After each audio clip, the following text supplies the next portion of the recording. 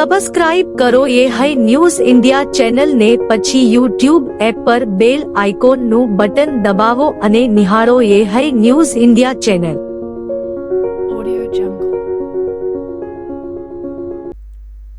બનાસકાંઠા જિલ્લાના ધાનેરા પંથકમાં પરિણીત મહિલાના કથિત ધર્મ પરિવર્તન અને વારંવાર દુષ્કર્મની ફરિયાદને પગલે ચકચાર મચી છે. પેગિયા ગામની 30 વર્ષીય પરિણીત અને હાલ 5 મહિનાની ગર્ભવતી મહિલાએ તેના પ્રેમી સહિત 4 શખ્સો સામે ગંભીર આક્ષેપો સાથે ધાનેરા પોલીસ મથકે ફરિયાદ નોંધાવી છે. ફરિયાદ મુજબ મહિલા અગાઉ થરાદ પંથકના યુવક સાથે પરણેલી હતી અને પતિ સાથે પાલનપુર ખાતે રહેતી હતી. મહિલાની તબિયત વારંવાર ખરાબ રહેતી હોવાથી પતિના મિત્ર અખ્તર શાહ, રજબ શાહને તાંત્રિક વિધિ અને દોરા ધાગા કરાવવાની વાત કરી હતી. આ બહાને અખ્તર શાહની મહિલાના ઘરે અવરજવર વધતી ગઈ અને બંને વચ્ચે નિકટતા કેળવાઈ હોવાનો ફરિયાદમાં ઉલ્લેખ કરવામાં આવ્યો છે. મહિલાના આક્ષેપ મુજબ પતિ સાથે અણબનાવ થતા તે પતિથી અલગ થઈ અખ્તર શાહ સાથે રહેવા લાગી હતી. તે દરમિયાન અખ્તર શાહે તેના ધર્મ પરિવર્તન કરવા માટે દબાણ કર્યું અને બળજબરીથી ધર્મ પરિવર્તન કરાવ્યું હોવાનો આક્ષેપ પણ કરવામાં આવ્યો છે. ફરિયાદમાં અખ્તર શાહ, રજબ શાહ ફકીર, આરિફ શાહ, રજબ શાહ ફકીર, ઇલિયાસ, રજબ શાહ ફકીર અને સલીમ શાહ, જુમા શાહ ફકીર સામે મહિલાની મરજી વિરુદ્ધ વારંવાર શારીરિક સંબંધ બાંધવાના પણ ગંભીર આક્ષેપો કરવામાં આવ્યા છે. મહિલાએ એવો પણ આક્ષેપ કર્યો છે કે આરોપી અખ્તર શાહ તેને વારંવાર ધર્મ પરિવર્તન કરવા માટે દબાણ કરતો હતો. તે ઉપરાંત સમગ્ર મામલે કોઈને જાણ કરશે તો જાનથી મારી નાખવાની ધમકી પણ આપવામાં આવી હોવાનો પણ આક્ષેપ ફરિયાદમાં કરવામાં આવ્યો છે. મહિલાના જણાવ્યા અનુસાર આ મામલે અગાઉ 7 એપ્રિલ 2026ના રોજ પાલનપુર પૂર્વ પોલીસ મથકે ફરિયાદ નોંધાવવામાં આવી હતી અને ત્યારબાદ કેટલાક આરોપીઓની ધરપકડ પણ કરવામાં આવી હતી. જો કે મહિલાનો આક્ષેપ છે કે તેને જાનથી મારી નાખવાની તેમજ સમાધાન નહીં કરે તો તેની દીકરીઓનું અપહરણ કરવાની ધમકીઓ આપવામાં આવી હતી. દબાણના કારણે તેને સમાધાન કર્યું હતું અને ત્યારબાદ હાઈકોર્ટમાં જઈ અગાઉની એફઆઈઆર રદ કરાવી હતી. સમગ્ર મામલે ડીવાયએસપીએ જણાવ્યું હતું કે આરોપી અખ્તર શાહ દ્વારા મહિલાને વારંવાર ધર્મ પરિવર્તન કરવા માટે દબાણ કરવામાં આવતું હોવાના આક્ષેપ છે. પીડિતા સાથે બળજબરીપૂર્વક વારંવાર દુષ્કર્મ આચરવામાં આવ્યું હોવાના તથા કોઈને જાણ કરશે તો જાનથી મારી નાખવાની ધમકી પણ આપવામાં આવી હોવાનો પણ આક્ષેપ છે. પોલીસના જણાવ્યા મુજબ આરોપી અખ્તર શાહની ધરપકડ કરી લેવામાં આવી છે અને સમગ્ર મામલે પોલીસ દ્વારા તપાસ હાથ ધરવામાં આવી રહી છે. ફરિયાદમાં કરવામાં આવેલા આક્ષેપોની તપાસ કરી પુરાવાના આધારે આગળની કાયદેસરની કાર્યવાહી હાથ ધરવામાં આવશે તેમ પણ જણાવાયું છે. Okay sir. ધાનેરા પોલીસ સ્ટેશનના પેગિયા ગામની આ ગુનાના કામની ભોગ બનનાર જેઓને તેના ઘરની અંદર આરોપી અખ્તર શાહ અને તેના પરિવારના 4 આરોપી સભ્યોએ વારંવાર ધર્મ પરિવર્તન કરવા માટે દબાણ કરતા હતા અને આરોપી અખ્તર શાહ નાઓએ ભોગ બનનારની મરજી વિરુદ્ધ વારંવાર શારીરિક સંબંધો બાંધેલા હતા અને આ બાબતે જો કોઈને ભોગ બનનાર જણાવશે તો તેને જાનથી મારી નાખવાની ધમકી આપેલી હતી. આ મુજબનો આ 4 આરોપીઓ વિરુદ્ધમાં ધાનેરા પોલીસ સ્ટેશન ગુનો દાખલ થયેલ છે. જે ગુનાના કામે આરોપી અખ્તર શાહની ધરપકડ કરવામાં આવેલી છે અને આગળની તટસ્થ અને નિષ્પક્ષ તપાસ ચાલુમાં છે. જાહેર જનતાના સ્વાસ્થ્યની સુરક્ષા માટે ખોરાક અને ઔષધ નિયમન તંત્ર પાલનપુર વર્તુળક કચેરી દ્વારા ડીસા ખાતે ભેળસેળખોરો સામે મોટી કાર્યવાહી હાથ ધરવામાં આવી છે. 23 ઓગસ્ટ 2026ના રોજ ડેઝિગ્નેટેડ ઓફિસર ટી.એચ.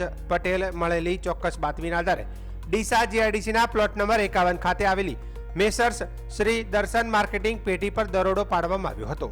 તપાસ દરમિયાન પેઢીના માલિક શિવમ સંજયકુમાર મૈસુરિયા દ્વારા મરચું પાવડરના ઉત્પાદનમાં કૃત્રિમ રંગ, ડાઈ, ઘઉંનું ભૂસું અને ધાણા પાવડર જેવા પદાર્થોની ભેળસેળ કરવામાં આવતી હોવાની બાતમી સામે આવી હતી.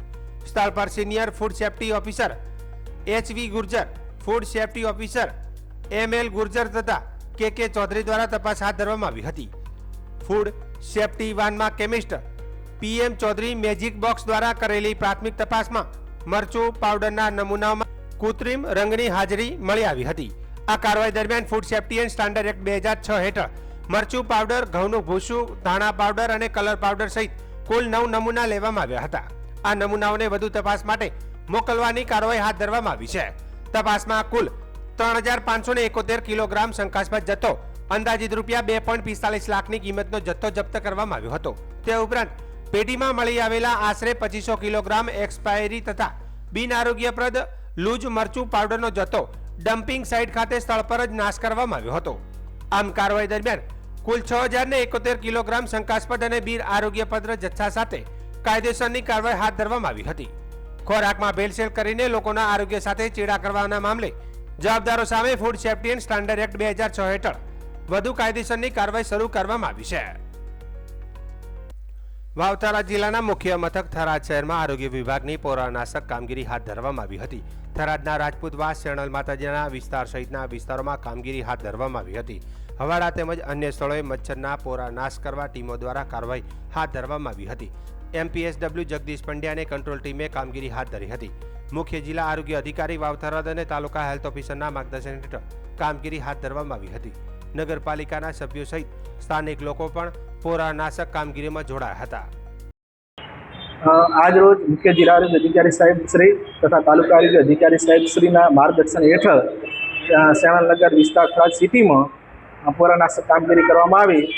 સાથે નગરપાલિકા સભ્ય શ્રી સંજયસિંહ રાજપૂત અને આજાભાઈની સહયોગથી વિસ્તારમાં પોરાનાશક કામગીરી કરવામાં આવી અને એમનો બહુ સાથ સહકાર અમને મળ્યો છે.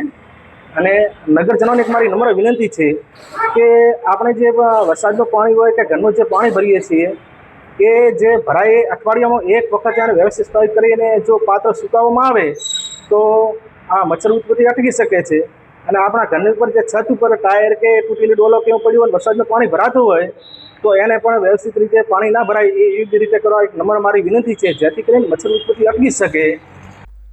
વાવથરા જિલ્લામાં પવિત્ર શ્રાવણ માસ નિમિત્તે ધાર્મિક માહોલ જોવા મળી રહ્યો છે.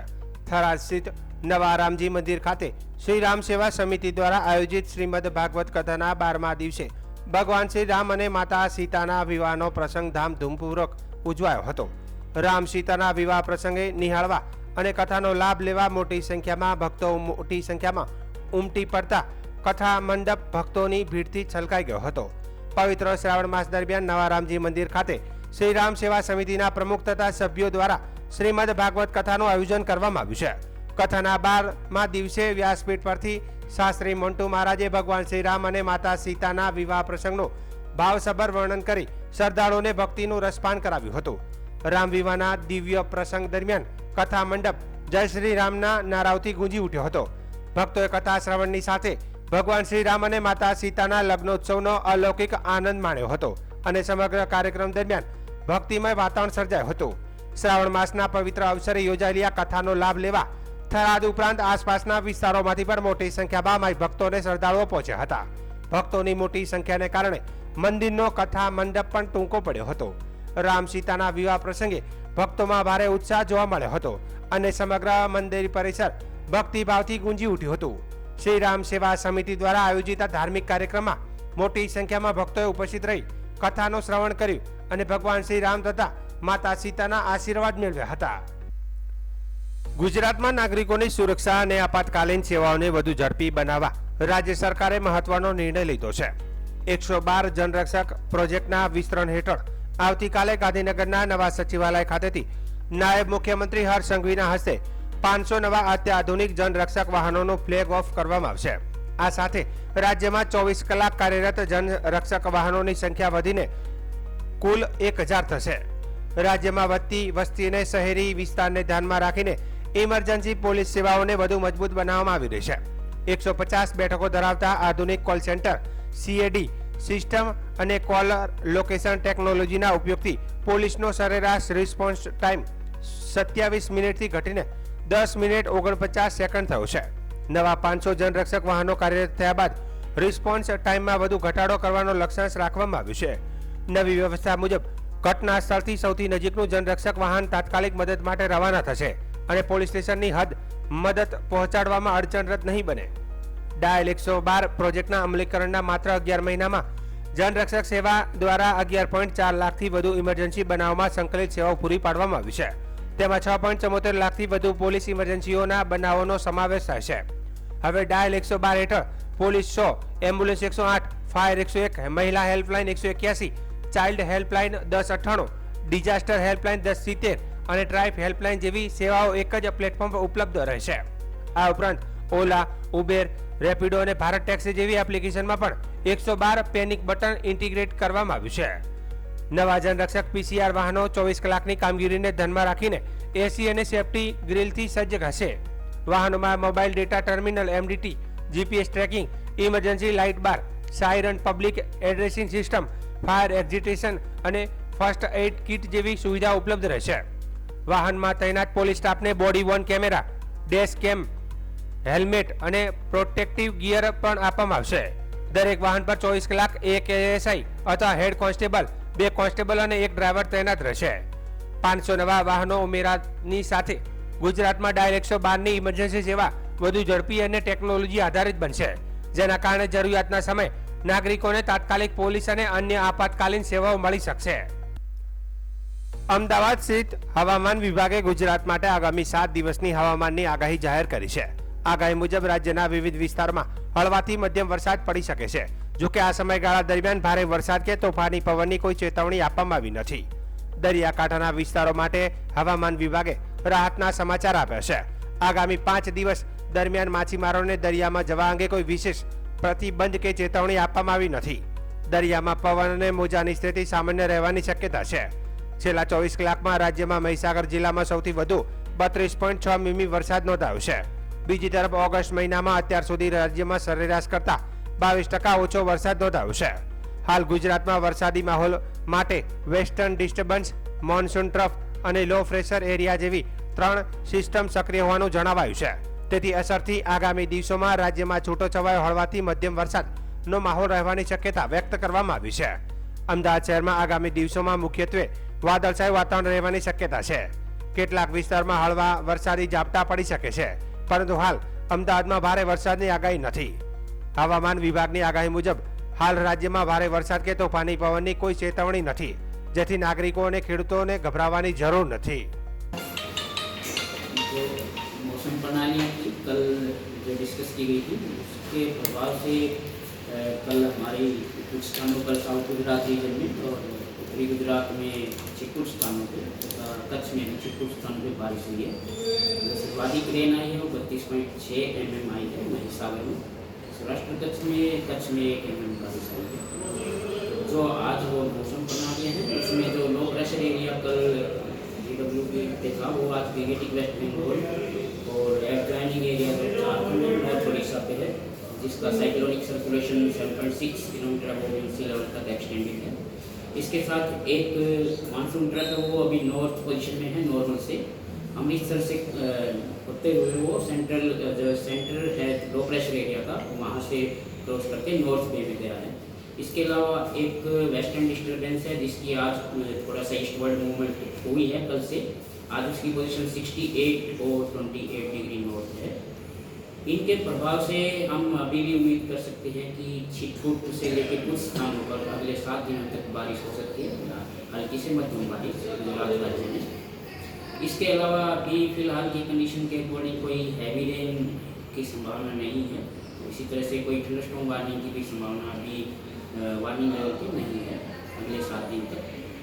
और अगर विंड्स का देखें, कोस्टल की बात करें तो कोस्टल में अभी दक्षिण पश्चिम से पश्चिमी हवाएं चल रही हैं. स्पीड प्रेशर ग्रेडियंट की वजह से कुछ पहले से ही जैसी है, तेज़ है, तो मतलब 15 से 20 नॉट और झोंकों के साथ 25 नॉट हम एक्सपेक्ट कर रहे हैं कोस्टल में. मछुआरों के लिए अगले 5 दिन के लिए समुद्र में कोई विशेष वार्निंग नहीं है गुजरात कोस्ट के लोग. इसके अलावा अगर मानसून के स्टेटस की बात करें तो अभी तक जो रेन हुई है सीजन की 1 जून से लेके गुजरात रीजन में 10% ज़्यादा हुई है नॉर्मल से, लेकिन सौराष्ट्र कच्छ में 29% कम हुई है. ओवरऑल अगर राज्य की बात करें तो 6% बारिश अभी कम हुई है 1 जून से लेके. और अगर अगस्त की बात करें तो अगस्त का कल तक का आंकड़ा है हमारा 23 तारीख तक का. उसमें अगर देखते हैं तो 16% कम हुई है बारिश गुजरात रीजन में और 33% बारिश कम हुई है अपने सौराष्ट्र कच्छ में. ओवरऑल अगर देखते हैं स्टेट की तो 22% बारिश अभी कम हुई है. अगर लोकल की बात करें अहमदाबाद की तो आज क्लाउडी स्काई एक्सपेक्टेड है जैसे कल था, और एक आध स्पेल हल्की से मध्यम बारिश का हो सकता है.